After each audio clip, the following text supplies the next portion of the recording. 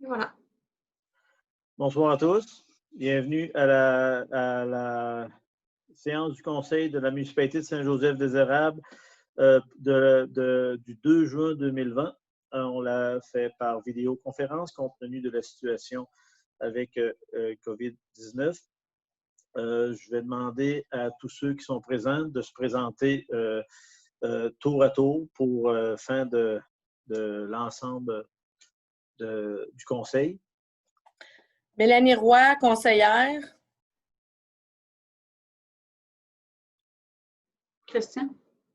Oui, Christian, conseiller. Éric, présent.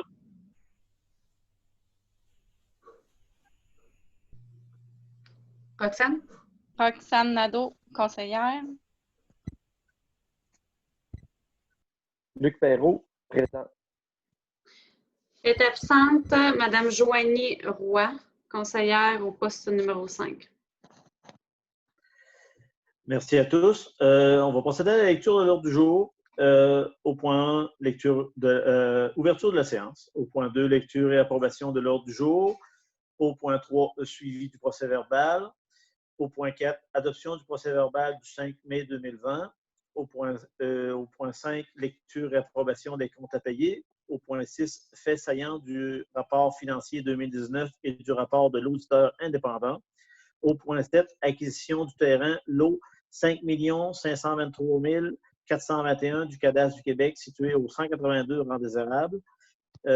Au point 8, demande du MTQ à la CPDAQ. Au point 9, autorisation d'accès pour le Cobaric. Au point 10, projet déposé au programme RECIM. Au point 11, règlement sur les chiens. Au point 11.2, excusez. Au point 11.1, c'est avis de motion concernant le règlement sur les chiens. Au point 2, c'est le dépôt du projet de règlement sur les chiens. Au point 12, escouade canine. Au point 13, cours d'eau poulain. Au point 14, rapport du maire. Au point 15, correspondance. Au point 16, Avaria. Avaria, on a des soumissions pour les caméras de surveillance qu'on va prendre, que tout le monde a pris connaissance. On l'a ajouté à Avaria. Je pense que tous les autres conseillers, aviez-vous d'autres éléments nouveaux à ajouter à Avaria? Si vous n'avez rien à ajouter, on va continuer la séance. Par contre, si vous avez des éléments supplémentaires à ajouter à ce moment-là, on les prendra en note. Au point 17, levée de l'Assemblée. Donc, ça me prend un proposeur pour accepter l'ordre du jour. Roxane. Okay. Au point 2, au point 3, suivi du procès-verbal. Vous avez pris connaissance du procès-verbal de la séance du 5 mai 2020. Est-ce que vous aviez des suivis, des éléments qui étaient non correspondants à ce qui avait été dit à ce moment-là? Si c'est le temps de les mettre en lumière, on va faire le suivi ou les corrections nécessaires. Donc, si vous n'avez pas de suivi, pas de correction, ça va nous prendre au point 4 un proposeur pour l'adoption du projet du procès-verbal. Au point 5, on a la lecture et l'adoption des comptes à payer. Vous avez tous eu depuis quelques jours les comptes, vous avez pris connaissance des comptes. Tout à l'heure, on a vérifié les questionnements par rapport aux comptes ou aux revenus. On a 40 464,69 de dépenses pour le mois courant. On a en revenu 219 057,73 en revenus. Si vous n'avez pas de questions supplémentaires, ça nous prend un proposeur pour déposer les comptes. Christian. Oui, Éric. Ah. Je vais prendre Christian. J'ai entendu Christian en premier. On a au point suivant, on appelle, là j'ai changé à l'ordre du jour, attendez. Il est affiché à l'écran, Jeannot, au pire. OK. Dans le fond, c'est juste que je cherchais mon rapport du maire. Ah, OK. Donc, ça fait fait saillant du rapport financier 2019 et du rapport de l'auditeur indépendant. Dans le fond, on fait état de la situation actuelle et des futurs investissements qui seront faits. Donc, ça fait saillant du rapport financier 2019 et du rapport de l'auditeur indépendant en vertu des dispositions de l'article 176-2-2 du rapport du Code municipal de Québec. Le maire fait rapport aux citoyens des faits saillants du rapport financier et du rapport de l'auditeur indépendant. Le rapport financier du 31 décembre 2019 préparé par la firme Blanchette-Vachon SENC est présenté par M. Claude Arrouin. Nous indique que dans les revenus de fonctionnement ont culminé à 763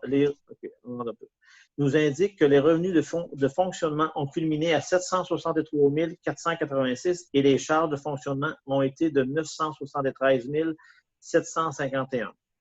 En tenant compte des différents éléments de conciliation et à des fins fiscales, les amortissements, les affectations, etc.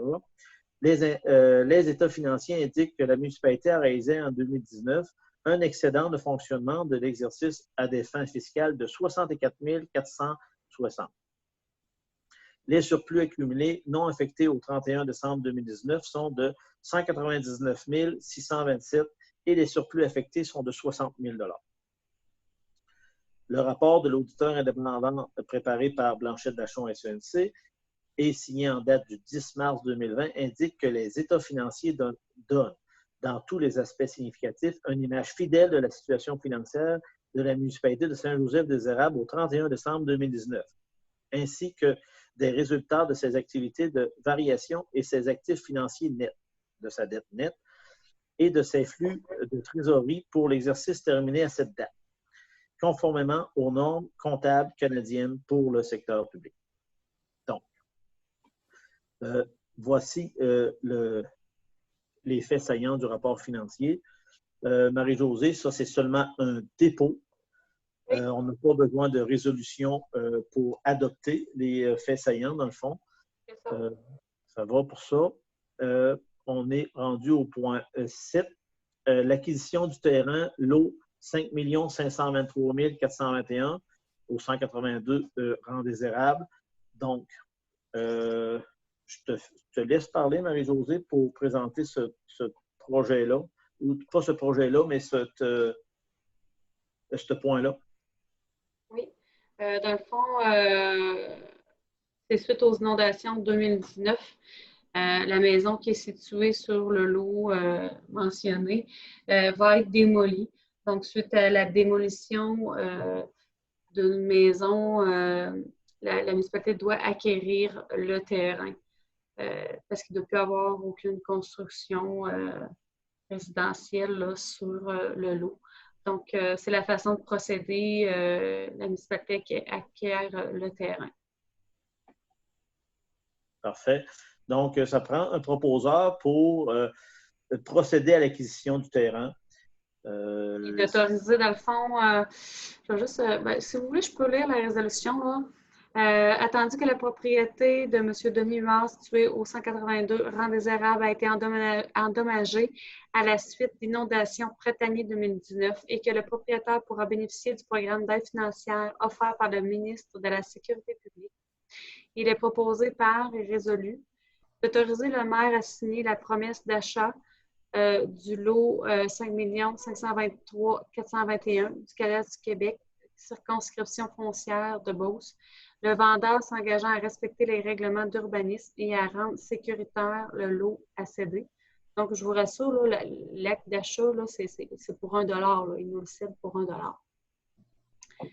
D'autoriser le maire ou, en son absence, le maire suppléant et la greffière, et ça va être la directrice générale, et la directrice générale a signé l'acte de vente pour l'acquisition du terrain connu et désigné comme le numéro 5 523 421 du Canada du Québec. Au circonscription foncière de Beauce, au montant total de $1, avec toutes les autres clauses usuelles d'un tel contrat. Donc, la résolution va ressembler à ça. Donc, qui propose? Luc. OK. Est-ce que tout le monde est d'accord avec ce point-là? Est-ce que c'est unanime? Oui. Oui. Est-ce qu'il y a quelqu'un qui était contre? Non. OK. Parfait, merci.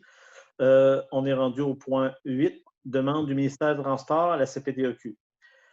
Le ministère des Transports remet en fonction la voie ferrée, dans le fond, le réseau ferroviaire qui passe sur le territoire de la municipalité. Donc, pour les interventions de remise à niveau, ont besoin de l'autorisation de la CPTEQ.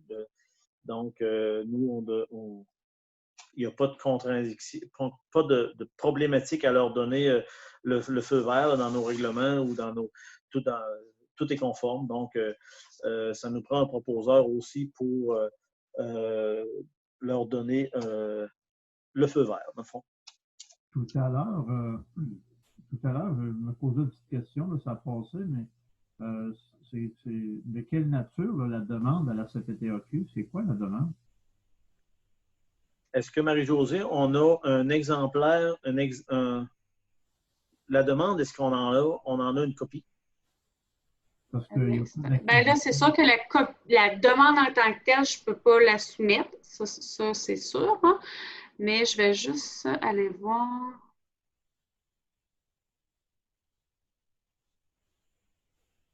Parce que le ministère, je veux dire, le ministère par rapport à la CPTEQ, c'est parce qu'il acquiert du terrain? Je comprends pas. Non, le terrain est déjà à lui.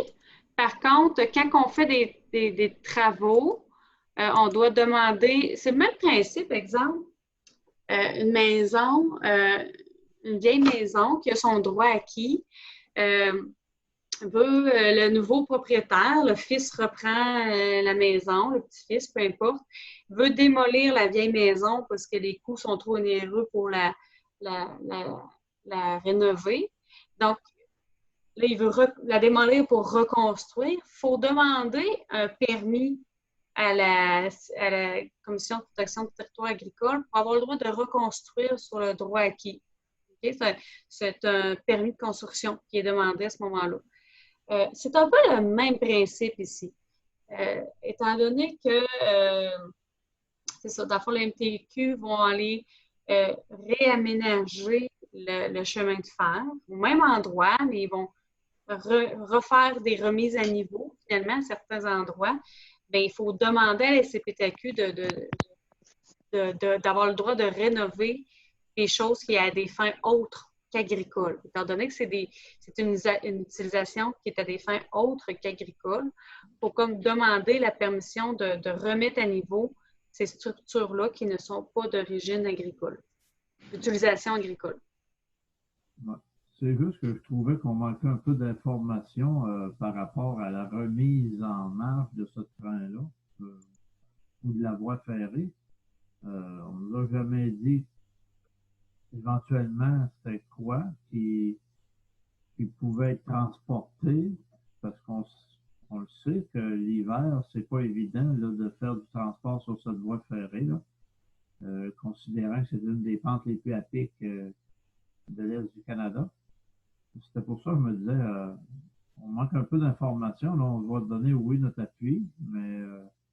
Ça, c'est un appui pour avoir le droit de rénover à la CP, ben, pour avoir le droit, comme je vous dis, de la remise à niveau. Dans le fond, si la demande qui est déposée est conforme à notre... Dans le fond, la CPTEQ, ce qu'il veut savoir, c'est si les demandes, les travaux qui vont être faits par la MTQ, s'ils sont conformes à notre réglementation municipale. Donc, la demande, elle est reçue par notre inspecteur en bâtiment qui, lui, étudie le projet. Si le projet, tout est conforme à la réglementation municipale, on ne peut pas dire qu'on est contre la remise en niveau de... C'est pas ici, dans cette demande-là, qu'il va falloir dire qu'on est pour ou contre. Là, ce qu'on dit, c'est que les rénovations, la remise en niveau, la demande du ministère des Transports est conforme à notre réglementation municipale. Donc, elle est recevable à la Commission de protection du territoire agricole du Québec. Ça, il y a une nuance importante, là. Une nuance importante là, que Marie-Josée a précisée, c'est bien de le préciser. Nous, dans le fond, notre position, elle est seulement à dire, est-ce que, je répète ce que Marie-Josée a dit, est-ce qu'elle est conforme à notre réglementation? Ça s'arrête là. S'il y a d'autres questionnements, ça c'est ultérieurement, ça peut être préalable à ça, mais là, éventuellement, ça sera dans un autre temps. Donc, si vous n'avez pas d'autres questions, dans le fond, nous, on est à présenter cette demande-là en résolution. Ça nous prend un proposeur pour avancer.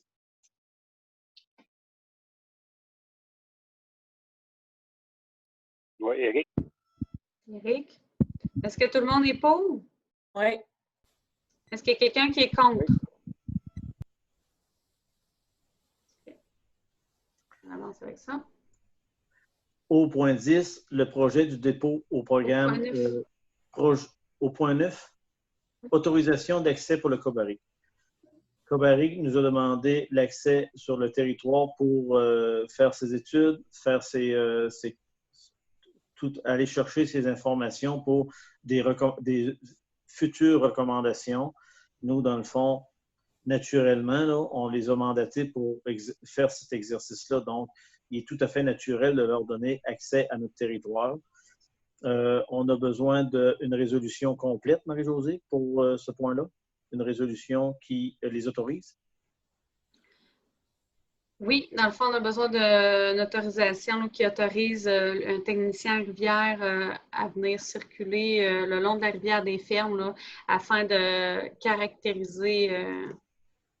OK. Donc, ça prend un proposeur pour une résolution qui autorise.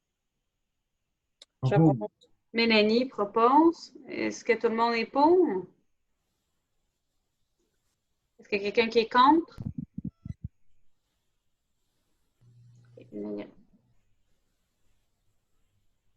Au point 10, le projet déposé au programme RECIM a été reçu, a été commenté en me faisant voir qu'il manquait de l'information. Nous, dans le fond, on a déjà été chercher une soumission pour fournir des éléments supplémentaires par un professionnel. Donc, ça nous prend une résolution pour mandater la firme professionnelle de donner des informations supplémentaires là, pour aller chercher le portefeuille du programme.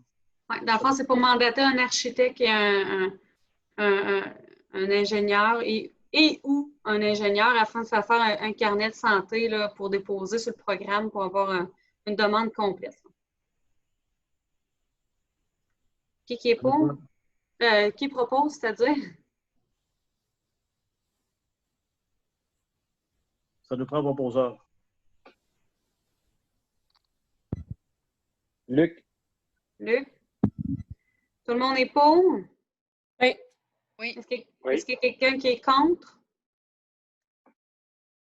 Non? OK, continue.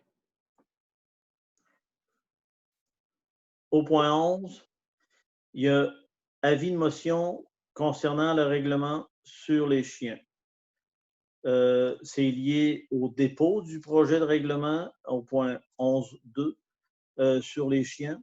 Donc là, ça prend un proposeur pour déposer l'avis de motion pour le règlement sur les chiens. Ça, c'est assez facile. On n'a pas un proposeur pour ça. Est-ce qu'on est capable d'avoir un proposeur? Roxane. Roxane pour l'avis de motion. Il y a le dépôt du règlement. Est-ce que tu as besoin de vérifier si on a l'unanimité, Marie-Josée? Pour l'avis de motion, non, mais pour là, on va prendre un proposeur pour le dépôt du projet de règlement et je vais avoir besoin de savoir si c'est unanime. Donc, vous avez pris connaissance. Ça nous prend un proposeur pour déposer le projet.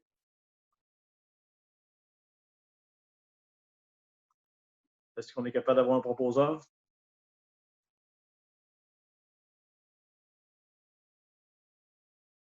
Luc, Est-ce que tout le monde est d'accord? Oui. Oui. Est-ce qu'il y a quelqu'un qui est contre? Ok, unanime. Au point 12, on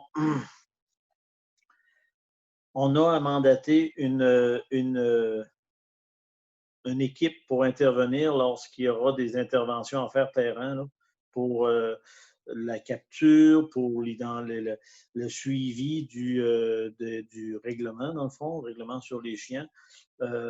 L'escouade canine a été contactée, a accepté un offre avec la municipalité pour donner ce service-là. Donc, vous avez eu connaissance de l'offre. Ça nous prend un proposeur pour mandater l'escouade canine officiellement à fournir le service de récupération et de suivi pour le règlement des chiens. Est-ce qu'on est capable d'avoir un proposeur? Mélanie? Tout le monde est pour? Oui. Est-ce qu'il y a quelqu'un qui est contre? Unanime, c'est bon. Au point 13, le cours d'eau Poulin, il y aura une intervention pour améliorer la situation du cours d'eau Poulin. La MRC va superviser les travaux. Les citoyens ont été contactés. Nous, Marie-Josée, exactement, qu'est-ce qu'on doit faire comme action au point 13? Dans le fond, c'est exactement, on vient de dire qu'on va prendre la facture de la MRC. Dans le fond, on va faire comme le pilier entre la MRC et les citoyens. C'est nous qui va ramasser la facture de la MRC, qui va la payer, mais que par la suite, on va la redistribuer sur les comptes de taxes tel qui a déjà été établi là, dans l'entente que le responsable des cours d'eau de la MRC aura fait signer aux propriétaires concernés. Donc, selon le pourcentage établi dans l'entente, moi, je redistribue ça sur les comptes de taxes par la suite. Donc, on prend en charge les coûts d'intervention et éventuellement, on répartira les frais à qui de droit. Donc, ça nous prend un proposeur pour avancer avec ce point-là.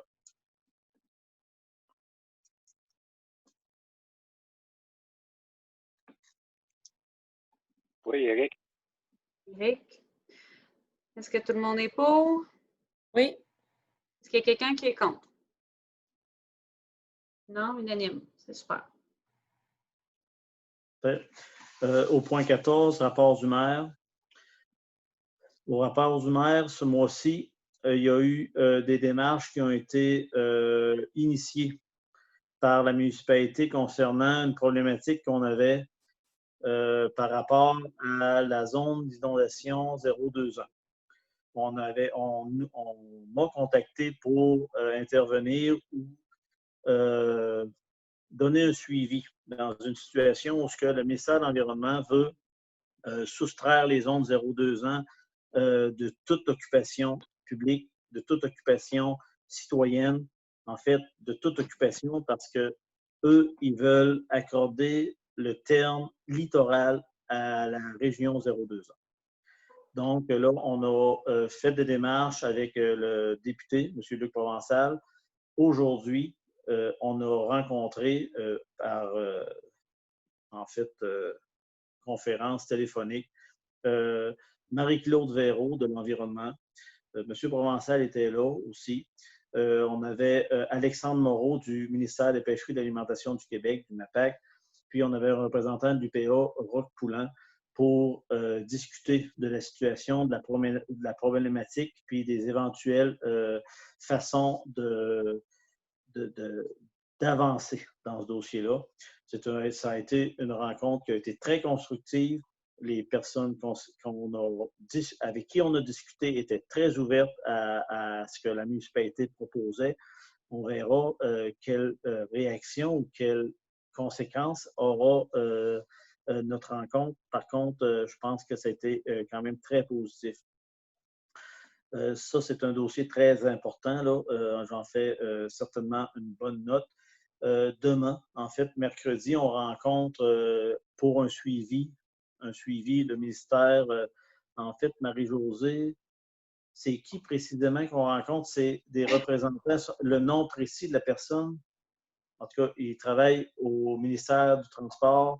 Monsieur Tremblay, j'ai oublié son premier prénom, mais c'est un monsieur Tremblay de la direction régionale là, qui est située à Lévis au ministère du Transport. On fait une rencontre pour la suite des choses ou discuter du pont, en fait, du pont enjambant la rivière Chaudière, le pont métallique. Ça, c'est demain. Jeudi, ben, il y a aussi une rencontre pour les interventions futures qui aura lieu pour prévenir les inondations. On va voir la façon que eux qu'est-ce qu'ils recommandent. En fait, c'est encore là, c'est Marie-Josée, rappelle-moi, les personnes qu'on va rencontrer jeudi, c'est le ministère de la Sécurité publique. Oui, puis c'est des gens de l'environnement, c'est tout le groupe d'experts, dans le fond, qui ont fait l'étude là, suite à nos... Ils sont venus rencontrer le terrain là, en janvier. Là, ils sont venus nous rencontrer. Ils ont écouté nos recommandations, notre point de vue. Ils sont venus voir un peu la topographie de la vallée de la Chaudière, finalement, de Saint-Georges jusqu'à Scott. Hein. Et puis là, ils ont étudié un peu toutes les recommandations qu'ils avaient reçues des municipalités. Et puis, suite à l'étude de ça, ils vont soumettre leurs recommandations. Donc, c'est ça. Donc, la semaine est bien chargée là, pour des rencontres quand même de haute importance pour la municipalité.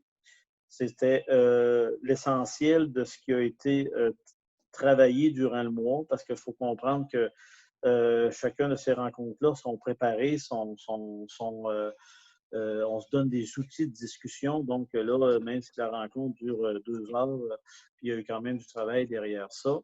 Ça, c'était en fait le dépôt, pas le dépôt, mais le rapport du maire que je voulais vous donner au point 14. Au point 15, on est rendu à correspondance.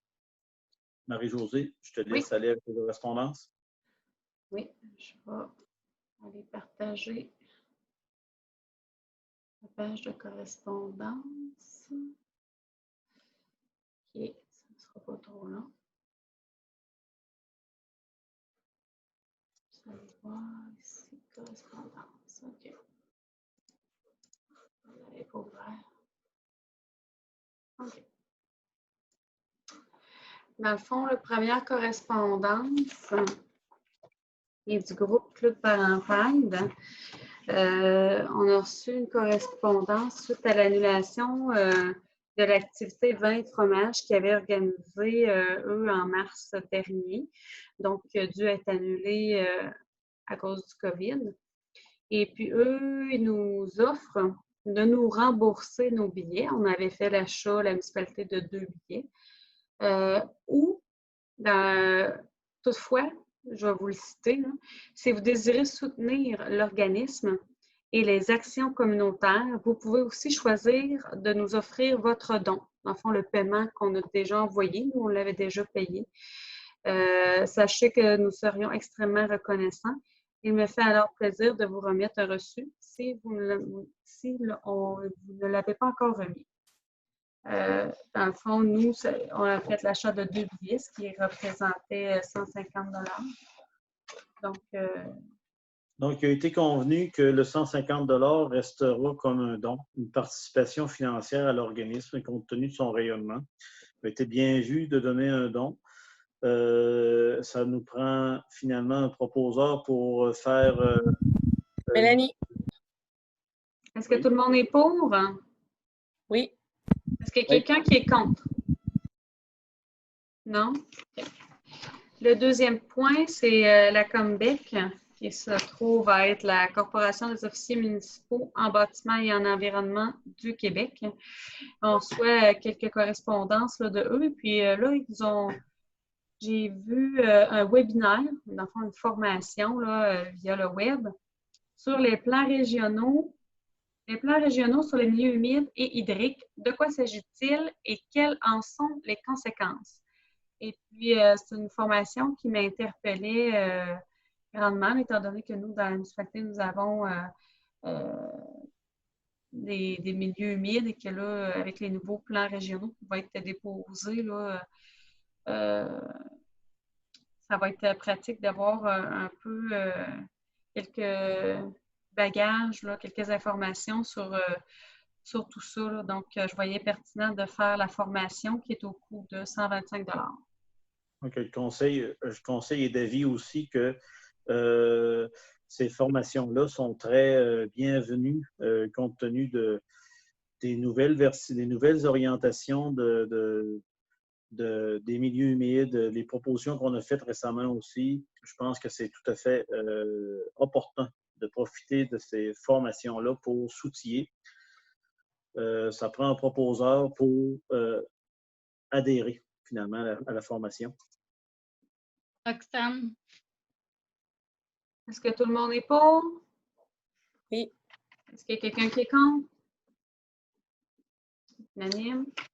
Et puis, ma dernière correspondance, c'est la Chambre de commerce et d'industrie de Saint-Joseph-de-Beauce, qui est pour le renouvellement de l'adhésion 2020 au coût de 115 $ avant les taxes. Donc, d'habitude, on adhère là, afin de soutenir nos commerces là, que nous avons dans la municipalité de Saint-Joseph-des-Érables. Donc, ça nous prend un proposeur aussi pour adhérer à la Chambre de commerce. Éric. Éric. Est-ce qu'il y a quelqu'un qui est contre? Unanime? C'est bon.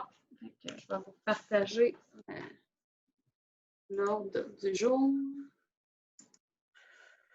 On a à Varia un dépôt de soumission pour des caméras de surveillance qui nous a été fourni par Marie-Josée. On en a pris connaissance. Par contre, il n'y a certainement pas d'orientations qui seront prises. L'idée derrière les caméras de surveillance, c'est éventuellement pour faire une surveillance pour le déneigement, améliorer finalement le service de déneigement ou limiter les déplacements.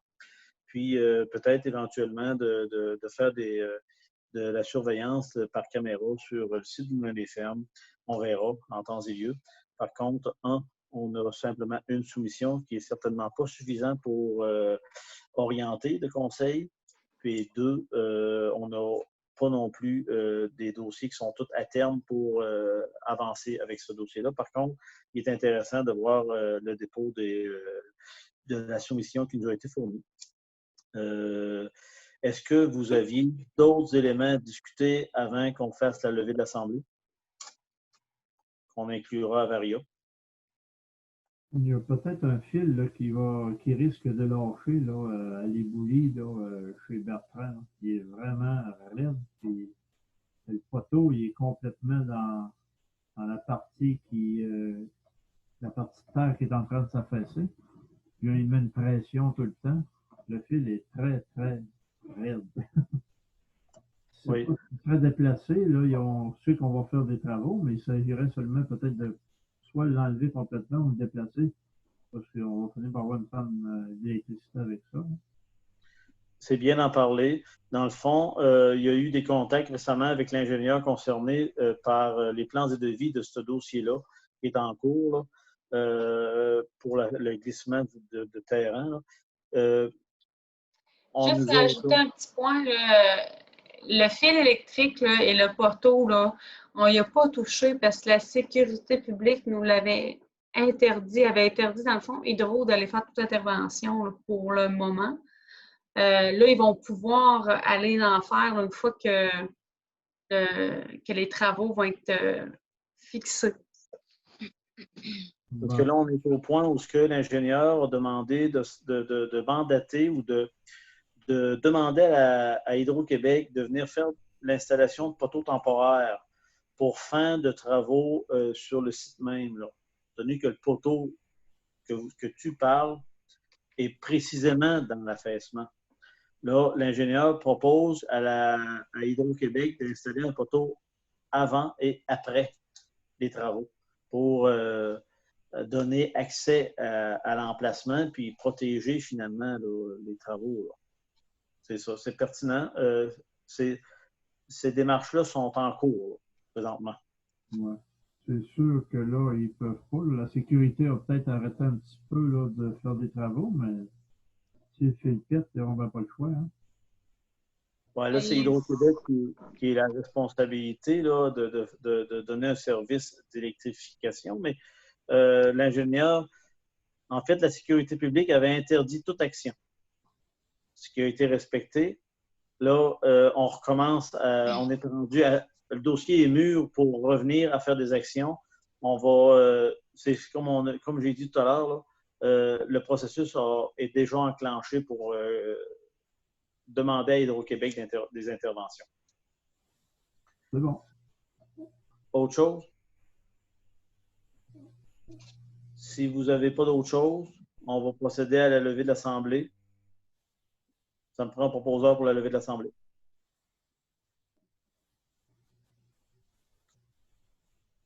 Vous voulez tous rester en Assemblée? Je vais le faire, moi. Mélanie? Tout le monde est pour? Personne qui est contre? Fait que je vous souhaite une bonne fin de journée. Puis à la prochaine. Merci. Bonsoir. Salut.